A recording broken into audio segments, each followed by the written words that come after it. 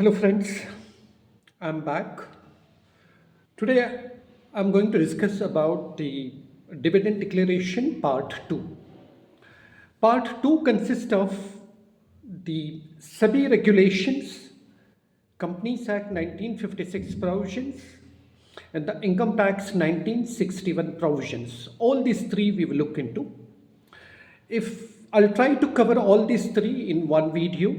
In case if I don't, then I'll come up with the part 3 if I don't cover it. So let's get started. In this part 2, let's first get started with the SEBI. SEBI means Securities Exchange Board of India, which has certain regulations on the companies, on the declaration of the dividends. It has certain provisions, certain steps the companies needs to be followed. SEBI regulates the dividend declaration is because it wants to ensure the transparency, consistency, and protection of the investors' interest. And the SEBI has recommended certain guidelines for declaration of the dividend. The first one is the dividend declaration. For the dividend declaration, the board resolution is required.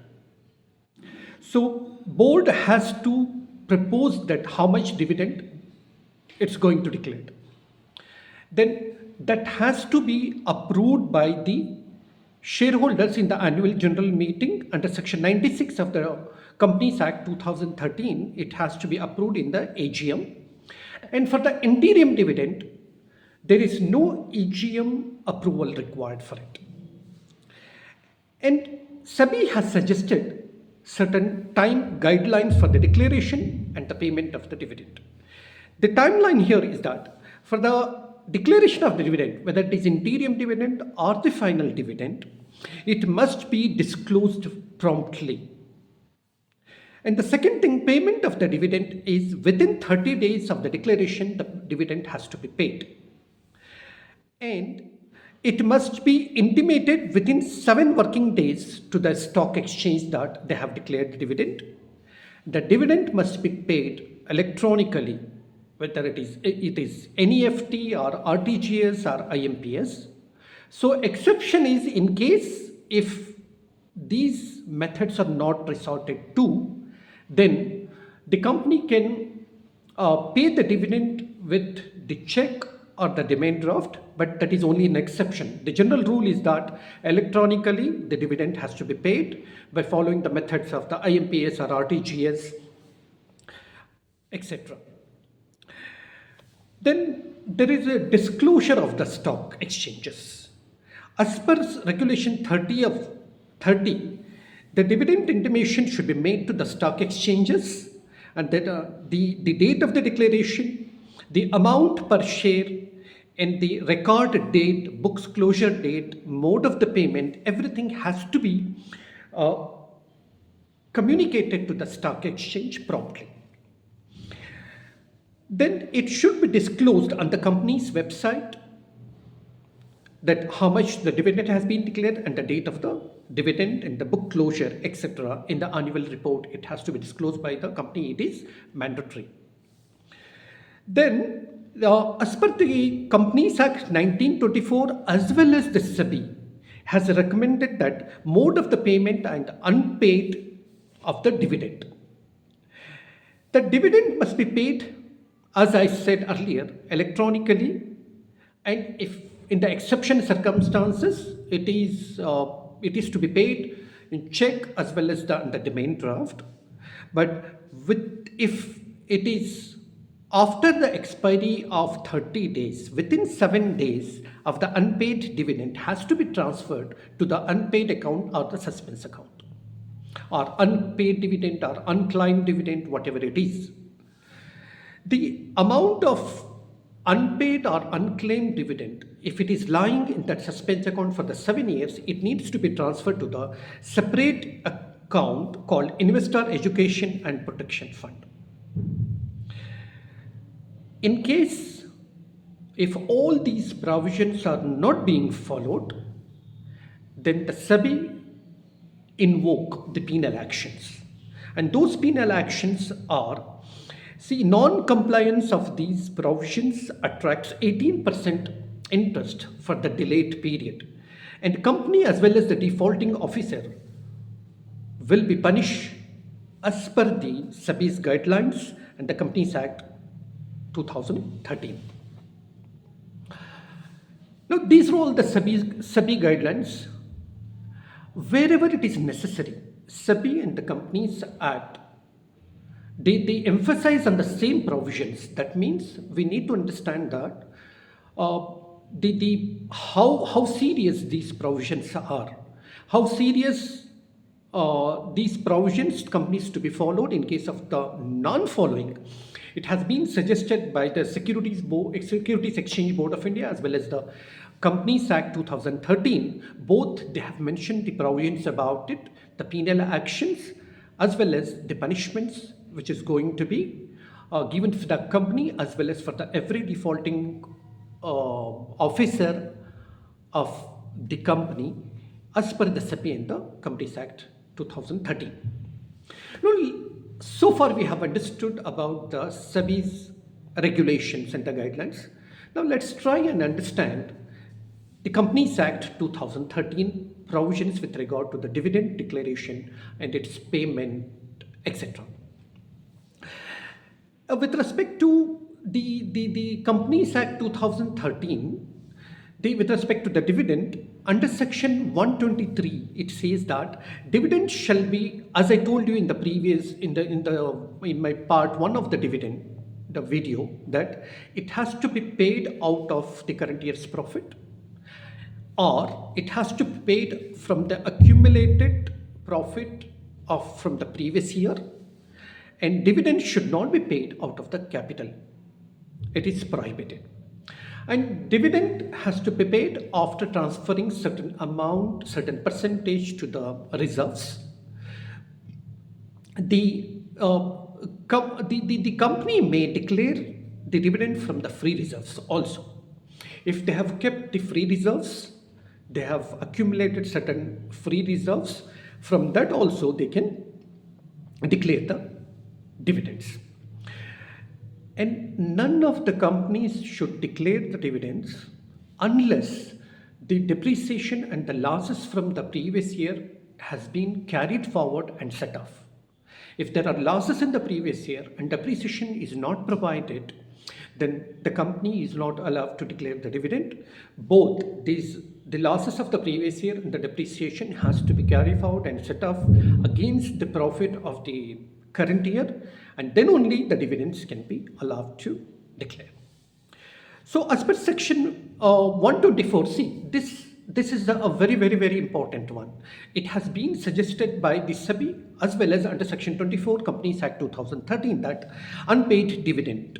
See, dividend has to be paid within 30 days from its declaration.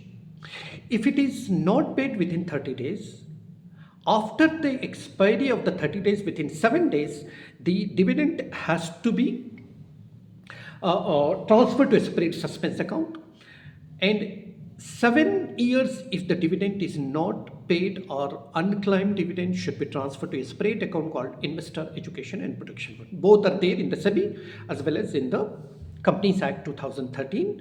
So it shows that the importance of the provisions. Section 126 says that right to shareholders when shares are under transfer. The company has to, when the company is declared the dividend, while the shares are being transferred or transmission, it has to hold it back till the company comes to know who's the real legal owner of the company. Then they have to, real shareholder, then the company has to transfer the dividend to the real shareholders. See, the other provision which I am going to suggest, see how the importance, both it is mentioned in the SEBI as well as in the Companies Act 2013. Punishment for the failure. As you know that it has to be declared within 30 days. And after the expiry of the 30 days, if it is within 7 days, it needs to be transferred to the suspense account. It has to be kept separately. And if within 7 years, if it is not claimed, it has to be transferred to the Investor Protection and Education Fund. So it is mentioned both there.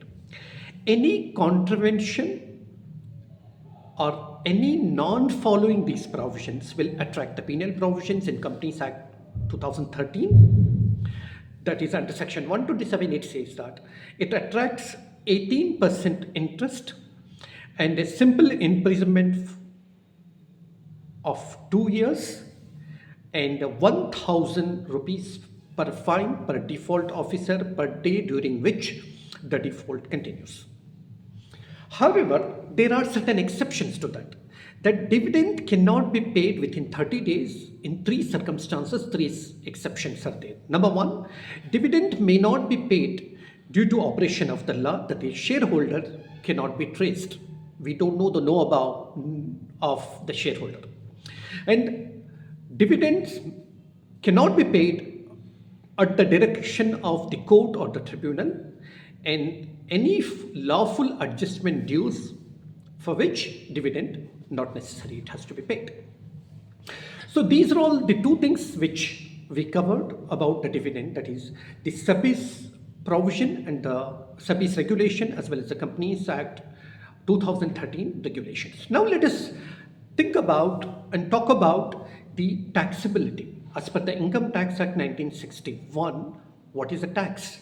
The tax here is that the earlier on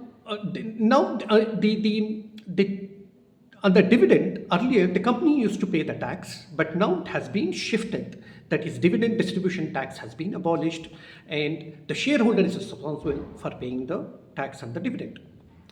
And the tax rate is as per the slab rate for the individual, which has been given, and for the NRI it is 20%. If the dividend is less than 5,000, then no TDS has to be deducted by the company. And if the PAN is not supplied by any shareholder, then the TDS rate, instead of 10%, it becomes 20%. And for the foreigners, it is 20% TDS plus surcharge and assess, and they can claim the exemptions or exemptions for the double taxation avoidance agreement if they have the double taxation avoidance agreement with India. And the TDS has to be, TDS when it is deducted by the company, it has they have to issue the form 16A so that the individual shareholders can claim the exemptions in their tax filings, and it will be reflected under section 26A, yes, in the ITR filing. In the ITR filing, it will be reflected. Then the important thing is that if it's a huge dividend income, then under section 234B and C, the advance tax has to be paid, and the companies are allowed to deduct the TDS under section 194. So this is about the part 2 of the dividend, and please provide your comments, share your comments, suggest me in case if we can make a better videos on any of the subject of the finance or the technology or the accounts or cost accounting, financial management, global financial management, export, import.